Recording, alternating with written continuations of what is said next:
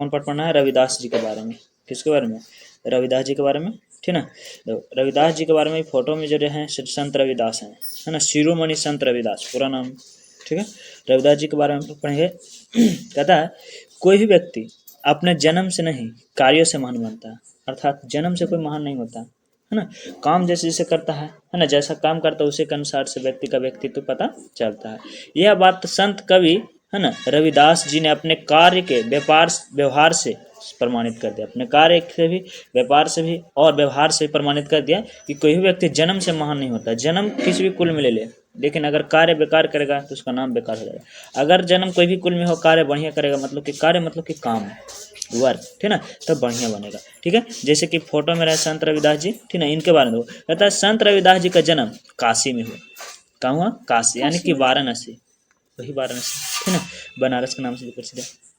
इसे इनके पिता का नाम रघु तथा माता का नाम घुरबिनिया था। पिताजी का नाम क्या था? रघु, है ना, और माता जी का नाम था घुरबिनिया। नाम किसी तरह से हो सकता है सबका, जैसे कि, है ना, सबके क्षेत्र में अलग अलग तरह के नाम होते हैं। काशी के क्षेत्र में इनका नाम था क्या? रघु पिताजी का, और माता का नाम घुरबिनिया। पिता चर्म व्यवसाय करते हैं। चर्म व्यवसाय कहने का मतलब होता है चमड़ा का व्यवसाय, है ना, चमड़ा का जूता बनाना, इस का व्यवहार, हाँ, है ना। आय का कहता है संत रविदास भी वही व्यवसाय करने लगे, मतलब कि रविदास जी बाद में संत बने, है ना, लेकिन पहले पिताजी के काज के आधार पर, है ना, क्योंकि जातिगत पिताजी के जो काम था वही काम करते थे, यानी कि बाबूजी काम करते थे मोची के, ठीक है। कहीं कहीं चर्म के काम करने वालों को मोची अथवा चमार कहा जाता है, ठीक है। उसी तरह से यहाँ पे, लेकिन किसी तरह से जाति को ठेस न पहुंचे, इसलिए हम लोग चर्म के भाव से ही बोलेंगे, है ना, क्योंकि सामाजिक रूप से थोड़ा सा देखने को मिलता है कि कोई कुछ जाति पाति के नाम पर हल्ला गुदाब करते रहता है, इसलिए, है ना। आगे कहता है संत रविदास भी उसी व्यवसाय को करने, यानी कि बाबूजी जो काम करते थे वही व्यवसाय रविदास जी भी करने लगे, ठीक है। इसके बाद कहता है कि अपना कार्य पूरी लगन और परिश्रम से करते थे, यानी कि इनका जो भी कार्य होता था पूरा मन से लगा करते थे, है ना। जैसे कि छात्र का काम होता है कि पढ़ना, मन से लगा पढ़ें। स्ट्रेटजी का काम होता है कि पढ़ाना, उसको मार्गदर्शन दिखाना, तो बढ़िया से काम करेंगे, ठीक है। अच्छा, और फिर कहते अपने कार्य पूरे लगन और परिश्रम से करते थे। समय पालन की आदत और मधुर व्यवहार के कारण लोग उनसे बहुत प्रसन्न रहते थे। जो थे संत रविदास जी, से मधुर व्यवहार से बातचीत करते, कहने का मतलब कभी कड़वा वचन नहीं बोलते थे, जोर से नहीं बोलते थे, आराम से कोई भी काम ध्यानपूर्वक समझ से बोझ से, है ना। तो इनको व्यवहार बहुत बढ़िया लगता था, ठीक ना। बात को समझ रहे हो, है कि नहीं। आगे कहता है देखो साधु संतों की सहायता करने में उनको अत्यंत आनंद मिलता था। जो रविदास जी थे, है ना, इनको साधु संत की जो सेवा करते थे ना, मदद करते थे, इनको बहुत अच्छा लगता था। हो वाह, कितना बढ़िया काम कर दिए, ठीक है ना, इनको बहुत अच्छा लगता था, मतलब कि साधु जी के विचार बहुत अच्छा लगता था। आगे कहता कहते कि स्वामी रामानंद काशी में प्रतिष्ठित संत से, हाँ, रामानंद जी महाराज, है ना, काशी में बहुत प्रसिद्ध संत थे। रविदास उन्हीं के शिष्य हो गए। रविदास किनके शिष्य हो गए? तो रामानंद दास के, है ना, अर्थात रामानंद के चेला हो गए रविदास जी। और अपनों कार्य को पूरा करने के बाद अधिकतर समय स्वामी रामानंद के साथ बिताते थे, मतलब कि जो भी कर्म का काम होता था वो खत्म करने के बाद कहाँ चल जाते थे? तो रामानंद जी के पास चल जाते थे, ठीक ना। देखो इनको आप सबसे मुख्य बात आता है, कहता है ना, सबसे ज्यादा प्रचलन है तो बात प्रचलन है कि मन चंगा तक कठौती में गंगा, ठीक है नहीं। इसको कुछ लोग अजब अजब भाव में बोलते हैं, बाकी बोलने के बाकी इनका शब्द यही था, मन चंगा तक कठौती में गंगा, यानी कि अगर मन शुद्ध है, बढ़िया है ना, तो कठौती में भी गंगा जी प्रकट हो सकते हैं। कोई ज़रूरत नहीं है काशी में गंगा जी के दर्शन, बनारस में, है ना, प्रयागराज में, कहीं भी जहाँ पर गंगा पटना गंगा उपस्थित हो वहाँ पर, है ना। इसलिए जैसे कि देखो थोड़ा सा इस भाग से मिलता है कि एक बार कुछ लोग गंगा स्नान के लिए जा रहे थे, उन्हें गंगा नहाने जा रहे थे, है ना, उन्होंने रविदास से भी गंगा स्नान करने के लिए चलने का आग्रह किया, क्योंकि चलो भाई गंगा नहाने जा रहे हैं हम। रविदास जी से कहा, रविदास जी क्या कहते हैं कि गंगा स्नान के लिए मैं अवश्य चलता, किंतु मैंने एक व्यक्ति को उसका सामान बनाकर देने का वचन किया है। कहते हैं कि हम जाते, जरूर जाते, लेकिन हमको काम मिल गया है ना, एक व्यक्ति हमको काम दे दिया है कि काम कर दो, अब काम नहीं हुआ अभी तक, और जब तक पूरा करते नहीं तब तक कैसे जाए, ठीक है नहीं। ये सबसे पहले कोई जरूरत है, काम जरूरत है, ठीक है नहीं। अच्छा, मतलब कि जो भी जिस क्षेत्र में हो, आएगा कहता है यदि मैं उसे आज उसका सामान नहीं दे सका तो वचन भंग होगा, मतलब कि हम जो कहें सो हो नहीं पाएगा, यानी कि बेकार हो जाएगा। और गंगा स्नान करने पर मेरा मन तो यहाँ लगा रहेगा, ठीक है नहीं। अगर वचन भंग होगा, हम गंगा स्नान भी करेंगे तो हमको मन तो यहाँ लग रहा है, हम उसको सामान लौटाए तो है नहीं, टेंशन होता रहेगा, ठीक है।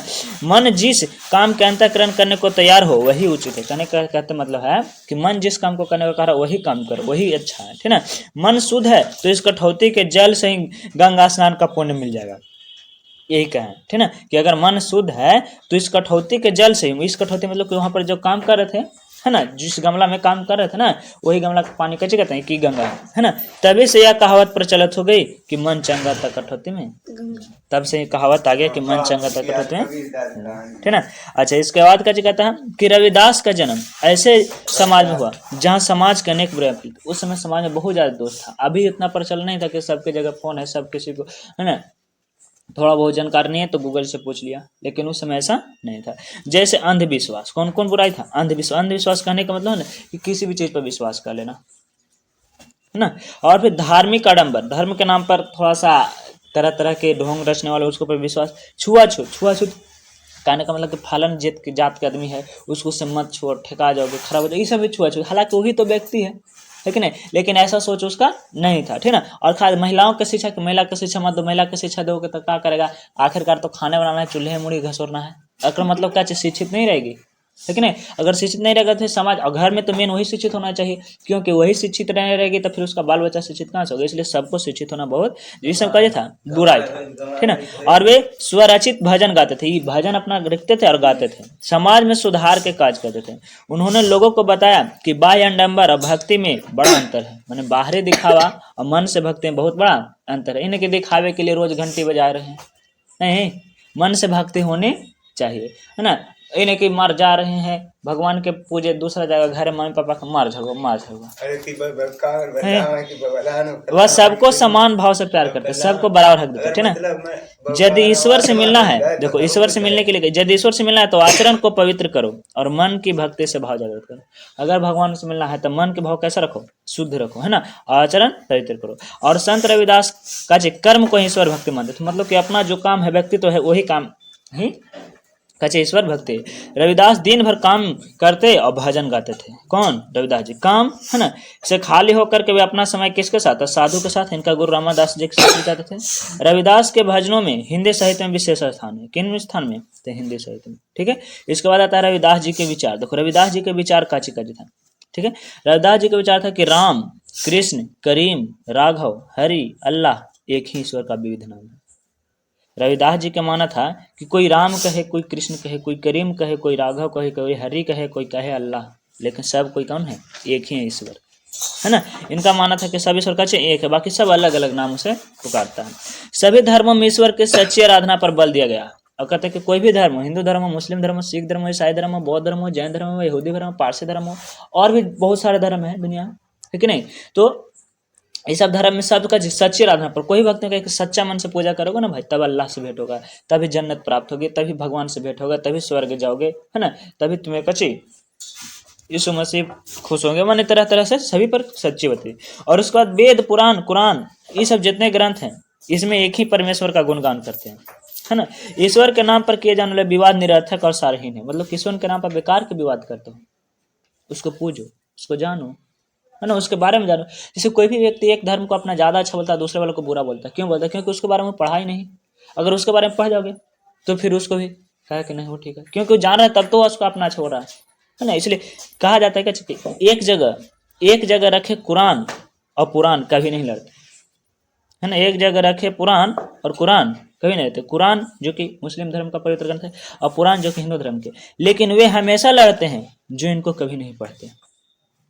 पढ़ा है नहीं कि कुरान में क्या लिखा है, पढ़ा है नहीं कि कुरान में क्या लिखा है, और एक कुरान के लेकर के बोल रहा है, पुराण की बुराई कर रहा है, पुराण के बारे में बोल रहा है, कुरान के बारे में बुराई कर रहा है, और दोनों को आपस में कैसे कर रहा है, ठीक ना। इसके बाद क्या कहता है कि सभी मनुष्य ईश्वर के ही संतान है। इनका कहना था कि सभी मनुष्य किसके संतान? ईश्वर के। और ऊंच नीच का भेदभाव मिटना चाहिए, ठीक है। और अभिमान नहीं अपितु परोपकार के भाव अपनाने चाहिए, माने कि घमंड नहीं करना चाहिए, हेल्प करने की मत रखनी चाहिए। अपना कार्य जैसा भी हो ईश्वर की पूजा के समान है। अपना काम जैसा भी हो, जो भी हो, कोई जरूरी नहीं है कि हमको बढ़िया काम मिले, जो भी काम अपना हो उसको बढ़िया से करना चाहिए, अच्छा से करना चाहिए। ये समकाचित था, रविदास जी के मानना था। इसके बाद आता है रविदास जी के बारे में जानकारी कि संत रविदास जी सीधे साधे तथा मन को स्पर्श करने वाले विचार के सटीक प्रभाव डालते थे, मतलब एकदम सीधा साधा सिंपल सी बात बोल देते थे, खड़ी बोली, ठीक है। लोगों को लगता था कि रविदास भजनों को उनके मन की बात कही गई, धीरे उनके शिष्यों पर संख्या बढ़ने लगी। लोग के जो बात कहते थे इनको मानने वाले लोग बहुत ज्यादा हो गए। किनको मानने वाले? रविदास जी को मानने वाले, ठीक है। और रविदास जी का जगह वे लोगों को समाज सुधारक रूप में जागरूक करते और प्रभु के प्रति आश्वासन देते हुए प्रेरित करते, और वे सामाजिक सुधार और लोगों के हित में निरंतर तत्पर रहते थे, माने समाज को सुधार करते थे और लोगों की मदद करते थे। कौन? तो रविदास जी, ठीक है ना। संत रविदास, रविदास अपने का संत और कवि भी, संत मतलब कि जो सुधार समाज के करते रहते थे और लिखते अपने भजन गाते थे। रविदास उच्च विचारों के कारण समाज में हिंदी साहित्य महत्वपूर्ण स्थान रखते हैं और उनका जीवन कर्म योगादर्श है, मतलब काम करने पर विशेष ज़्यादा बोलते हैं। उन्होंने अपना आचरण और व्यवहार से यह प्रमाणित कर दिया कि मनुष्य अपने जन्म के व्यवसाय के आधार पर महान नहीं होता, बल्कि अपने विचार और श्रेष्ठ कार्य के अनुसार कच्चे होता है, महान होता है। और मनुष्य के जैसे गुण होते हैं वैसे ही उसका कच्चे होता है, नाम होता है ना। यानी मनुष्य को महान बनाने में कौन सा है? तो उसका गुण सहायक है। यहीं पर पाठ के बारे में का जानकारी खत्म होता है। अब आता है क्वेश्चन आंसर। पहला क्वेश्चन है कि संत रविदास का पैतृक व्यवसाय क्या था? तो अगर एक शब्द में कहें कि संत रविदास का पैतृक व्यवसाय था तो चर्म का व्यवसाय था, है ना, ठीक है। एक व्यवसाय का चर्म मन चमड़ा का व्यापार था। और अगर और बहुत बड़ा में लिखना चाहे तो लिखेंगे कि संत रविदास का पिता, उनका नाम लिखेंगे, उनका माता का नाम लिखेंगे, इनको जन्म चर्म जाति में हुआ था, जिनके वजह से उनका काम काज था चमड़ा का कार्य था और हमेशा ये काम करते थे, बाबूजी यही काम करते थे, तो उनको पितृ भी काची करने लगा, वही काम करने लगा, ठीक है ना। इसका नहीं तो एक शब्द में, और बाकी आंसर एक जगह लिख कर देते हैं, पीछे जोड़ देंगे। संत रविदास के समय समाज में कौन कौन सी बुराई थी? तो बहुत ज्यादा बुराई था। अंधविश्वास था, अंधविश्वास था कि नहीं, और फिर छुआछूत, धार्मिक के थोड़ा सा आडामना, ये सब। रविदास ईश्वर से मिलने के लिए कौन सा तरीका अपनाते हैं? कहते हैं कि ईश्वर से मिलना हो तो सच्चे मन से भक्ति करो, तब तो मिल पाओगे। मनुष्य को महान बनाने में कौन सा गुण सहायक होता है? तो उसका गुण होता है सद्भाव, व्यवहार, अच्छा व्यवहार, समाज के हित में और कार्य सहायक होता है।